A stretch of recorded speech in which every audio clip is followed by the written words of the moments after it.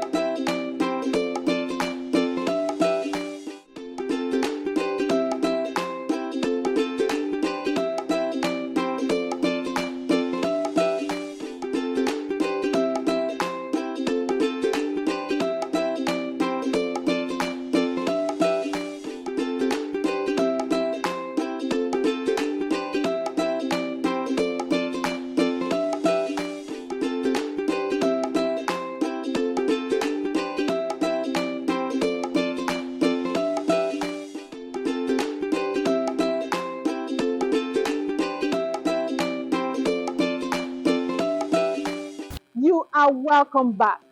Do you know Nigeria is ranking second in Global Malnutrition Index? This is a critical nutrition issue affecting millions of people. What exactly is malnutrition and what efforts have been put in place to curb this menace? Let's dive in on NutriLens. According to the United Nations Children's Fund, Nigeria has the second highest burden of stunted children in the world, with a national prevalence rate of 32% of children under 5. An estimated 2 million children in Nigeria suffer from severe acute malnutrition, but only 2 out of every 10 children affected is currently reached with treatment. Health experts weigh in on the causes and consequences of malnutrition. Malnutrition is at an alarming rate in Nigeria, specifically among children under the ages of 5, which forms the critical window of opportunity to prepare them for the future. So these children within 5 years are very critical, for the future of any country. But at the moment in Nigeria, about 40% of those children under the ages of 5 are stunted, which means they've experienced chronic undernutrition from birth up till date.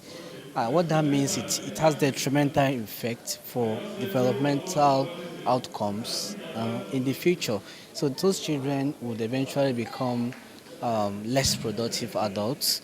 They will earn less income, which will not be able give them the economic access to adequate food, economic access to cater for their kids. So the vicious cycle of malnutrition keeps, revolving, and that's why since 1990 up to date, the indices for malnutrition in Nigeria has always been between +3 and -3. It's either 37% or 42% for the past 2 decades. So it's really a serious situation for the country and makes us rank very low in terms of human capital development. The human HDI index for Nigeria is 0.548, which makes us 157 out of 198 countries in the world. So it's a critical problem in Nigeria at the moment. 40% of our children are stunted. And that shows that we have a lot of work to do to reverse the trend. We also have about 8% of our children underweight, which means that these children need adequate support to reverse this unwarranted trend. With a population of nearly 2 million children suffering severe acute malnutrition, there is indeed the need for urgent action by all stakeholders. Recently, nutrition experts, stakeholders, and legislatures came together for a strategic policy dialogue across key states to discuss nutrition strategies. They are calling on lawmakers to fast-track bills that address malnutrition, such as the exclusive breastfeeding bill, which includes 6 months of paid leave for mothers and the creation of nutrition departments on units in various states. The structure of ministries, you find out that they have what they call management meeting every other time. Nutrition not being on that table is a disservice for the children and women whose lives are endangered by malnutrition. Nutrition cannot be taken away from health. It is still a part and parcel of health. But the challenge is that if you don't create that division, the attention nutrition needs would never come. Look at it this way. Every year, health gets money.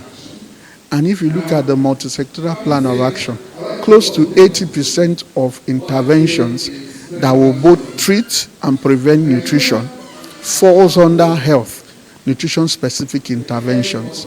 But how much of that health money goes to nutrition? You find out that it's a major challenge. And one thing they keep forgetting is the importance of nutrition to the health of all. Your food should be your medicine, and your medicine your food. And the truth is that if we are going to win the war against childhood disease, killer diseases in Nigeria, we must prioritize combating malnutrition. The establishment of direct budget lines for nutrition by key government MDAs is an enabling tool for increased budgetary allocation and enhanced domestic resource mobilization.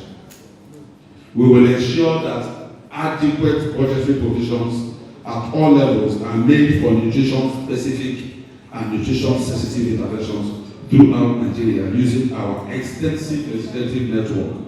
And moreover, we have started that at the national level. Before the 2025 budget, I'm not sure we've had more than 30 billion provision made for nutrition.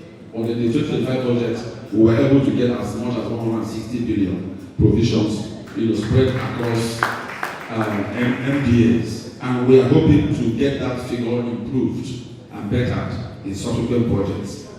The work of the Parliament will be pedestrian without the power to enact and amend laws. We hope to strengthen this role further. Currently, we are working to pass the bill for the provision of 6 months maternity leave to pregnant women, as well as that to phase out the use of edible bulk oil in our open markets. The first one has passed second reading. The second one has also passed first reading. And we are committed to make sure that these bills are not only passed, but they are signed into law in the current assembly. International organizations like Nutrition International and UNICEF are leading the charge, urging the government to take an active role in fighting malnutrition through nutrition investment and sustainability. Nigeria hasn't made much progress in the past 5 years, despite all the action that have been put in place. We have a national multi-sectoral plan for nutrition and food security, which has never been well implemented. And some states were unable to domesticate this plan in their states. We also have national policy on food and nutrition, which need to be reviewed. And of course, because we haven't implemented it very well, we still have challenges in getting proper results. The indices we have in Nigeria are challenging, and we feel at Nutrition International that the missing gap is because over the years, the legislatures were not involved in issues regarding to nutrition, because we know that beyond all the efforts, in the past couple of years, it has always been more of partner support than local resource mobilization for states. Can you compare when the government brings out 75,000 for 3 million children that require treatment? Even the budget of Nigeria will not be able to carry it. So donors globally looked at it. This is not the first time we are going into this kind of mechanism, because Child Nutrition Fund is just what we have implemented before under the SIF project called Nutrition Match Fund. It's still the same concept, the same modality, buy one, get one free. Domestic funding is the most sustainable way of funding. Donors' money will come to help combat emergencies. They can pilot interventions that will change things. But the truth is that they can do so much. The truth is that when donors give you their funds and you try interventions that work, the ideal thing is you yourself do what? Begin to scale up too. As they put down 1 naira, you're putting 50 naira or 50 kobo side by side. So that at the end of the day, when there's no donor funding again, you already are providing for the sake of your people. So we can't totally rely on donor fund. That's why it's called aid. Aid does not now mean you will shelve your responsibility.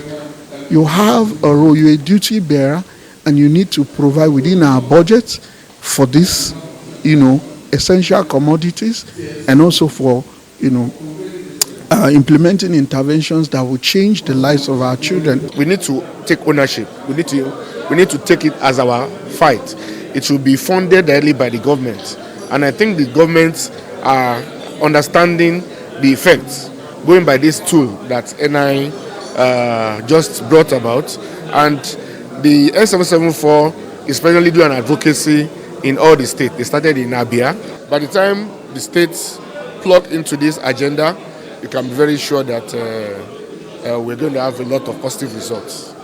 The key message is clear. The war against malnutrition is achievable through collective efforts and action from all stakeholders. If we are going to win the war against childhood disease, killer diseases in Nigeria, we must prioritize combating malnutrition. Because according to data, they said over 50% of childhood killer diseases is as a result of what, or the root cause by what? Malnutrition. So what does that tell us? If I deal with malnutrition, it means, for example, the number of children who die from malaria will drop. The number of children who die from pneumonia will drop. And so on and so forth, from diarrhea will drop. What does that mean? It will even reduce the burden in the health sector. Adequate nutrition for everyone is a matter of national prosperity. Let's recognize nutrition as a right, not charity, for the good of all and the prosperity of our nation.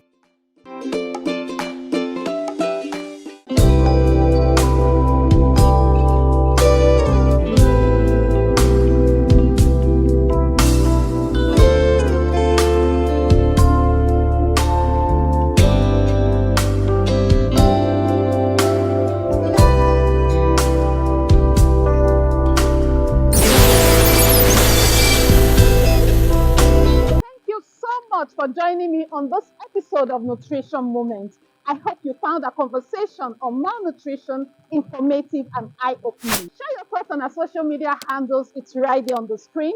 Don't forget to like, share, and hit the notification button for more. Till we meet next week, stay nourished, stay healthy. Bye for now.